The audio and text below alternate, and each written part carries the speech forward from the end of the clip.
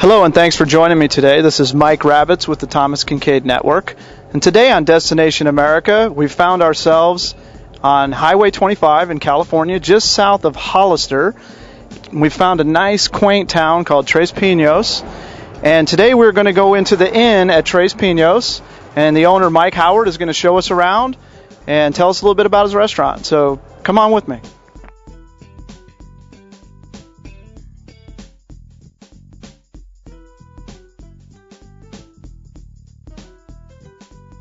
Welcome to the Inn at Tres Pinos. Yes, and this is Mike Howard, the owner of the Inn at Tres Pinos. Yes. And this is a local establishment. Yes, it's been around for how long? I've been here since 1880. 1880. Not me, though. The restaurant. The restaurant. I've been here 17 years. Great. It's an original 1880s style building. Great. And why don't you tell me a little bit about your restaurant and what your menu's like? And we are what we call continental cuisine with an Italian flair.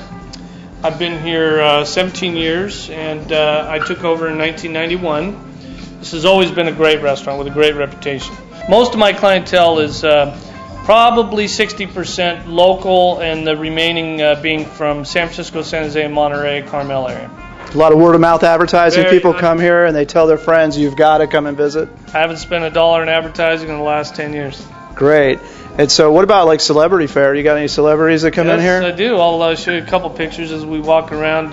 Clint Eastwood's a member here, we call him, so he's a good guy. And then one of the Crosby kids, Nathaniel Crosby, he likes to eat here. And we get a lot of other professional golfers when they're golfing at the AT&T. They'll come here and eat. And this is their special place because really nobody bothers them when they come here. They're just regular people. Yeah, I was going to say, I think that because it's tucked away, a little bit hard to find off the beaten path, which is really what this show is all about. Destination America is getting off the freeway and discovering America.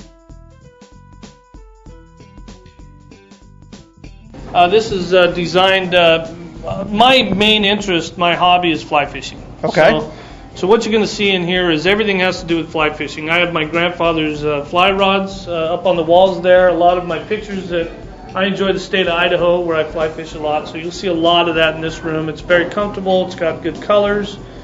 And we call this, again, our main dining room where all the larger parties will sit. And generally, they love this room. It's a great, cozy room. This is a great room. Now, and obviously, the temperature's real nice in here. Yes. So one thing that's really unique about this room, other than the fly fishing, is this ceiling. I'm like, this ceiling is incredible. I think about the amount of time it must have taken not only to actually place the corks up there, but to uncork all those bottles. I got a great story with that. About 10 years ago, one of my patrons was having dinner in here and says, Mike, you need to do something with the soundproofing of this room. So I had a consultant come in, and they gave me a bid for about $20,000 to soundproof my room. I was frustrated, so I said, geez, I looked behind the bar and we have boxes of these corks that we use. Like I said, we sell more wine than we do liquor here. I said, what can I do with these corks? So I kind of just engineered a cork and cut it in half. And then I said, well, how am I going to put these on the ceiling? Well, one great thing that we do have is a lot of busboys that show up late to work. So on Sunday mornings, that's their punishment. They come in here and they hang corks. And then we use hot glue and put them on the ceiling. That's cool. This is really unique. I love this. Now, the reason why we call it a vineyard room is because before we remodeled this room, there was a large mural of the local vineyards on this wall. Over the years, it became a little dilapidated, did not like it. So what we did was we put some local San Benito County apricot trays because this county is known for its Blenheim apricots. So what we did was found a ranch that had these old redwood apricot trays, and we did kind of a wainscoting on the wall there, and then we faux painted above that. We have a lot of Shannon Grissom's artwork in this room as well. So this is a room mainly used for overflow purposes when we are very busy, and also for large groups of 30 people or more. Okay, so this area could actually be sectioned off for a private party? Absolutely, and that's what we mainly use this for. Okay. Yeah. Now, can I show you our best? Yes, I'd like to see it. Great.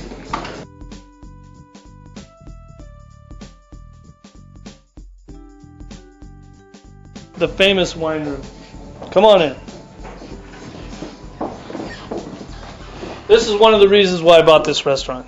I walked in here and fell in love with this place. I mean, this has an unbelievable feel to it. It's all natural redwood on the walls and the ceiling, and also the fact that it has such great storage for the wine that we sell here. I mean, it's hard to find a restaurant with just storage, period. And this has the natural ability to store in a privately temperature-controlled room over 700 bottles of wine.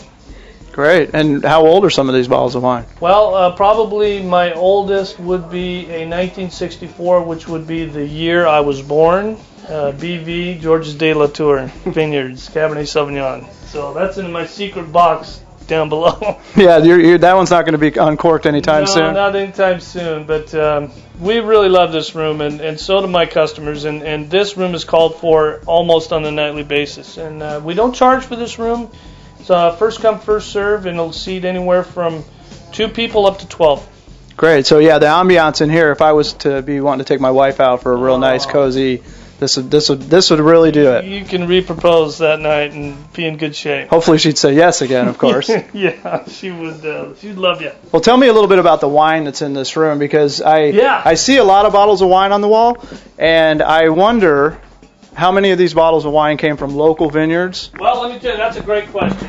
What I like to do is, over the years, what I like to do is feature what's really became successful to me is the local wineries. And for example, this is one of them, Calera. I would say 80 to 90% of our wine list is local wineries. And not only are they local, just they are phenomenal. And Calera, for example, is probably makes one of the top 3 Pinot Noirs in the nation. Josh Jensen is the owner of that winery. To have him in our own backyard, we are so fortunate, and he is known worldwide for his wines. And this is such a small area, so we're fortunate to have him, as well as DeRose Winery, Ends Vineyards. We have Scott Flint. We have about 7 other vineyards, just to name a few, that are high quality. This is really becoming known as the best kept secret on the Central Coast, this region here. So we feature, like I said, about 80% of them. Great. Now tell me, if I was to be budgeting a trip out here to maybe come in and visit your restaurant, what kind of plate fee do you have here as far as your standard meals? You're probably going to spend around $40 to $50 a person, and that's going to get you complete dinner, service, tax, gratuity, and everything. A nice bottle of wine, rack of lamb, things like that, filet mignon. Great. So real nice opportunity to get out with your significant other or friends. Yes. Just a nice gathering. Off the beaten path, as we mentioned before. Get you out away from all the hustle and bustle of the big city. This is obviously not a corporate America chain restaurant. No. So you're going to get a little bit of down-home service along with a high level of incredible service, eatery and fare. Incredible food. My chef's been with me for almost 10 years. I've been here 17. I love it, and my customers, they probably wouldn't let me go out of business. Great. Well, tell me now, if I was to try to find you, let's say, help me let people know how to get to you. Real easy. It's probably 10 miles off of Highway 101. If you're heading, say, south from San Jose, you would take Highway 25 and head about 15 miles, I would say southeast, just a touch. And you would arrive right here in the town of Hollister, and I'm 5 miles south. I do have directions on my website, which is www.trespinosin.com. And you can find directions to get to us right there. And, of course, our phone number is 831-628-3320. Great. And you take reservations? Reservations are highly recommended. Okay. And as far as is your menu on the website as well? Yes, it is. My menu and my wine list is on the website as well. And we also do catering, off-site catering. Our clients are Stanford University, San Francisco 49ers. We work for a lot of our work is done up north, and we have quite an extensive reputation for that as well. Well, great. Well, thanks a lot for letting us come in today. Thank you. I look forward to having a nice meal tonight. Thanks, Mike. And we'll see you around. Okay. Well, thanks for joining me today at the Inn at Tres Pinos.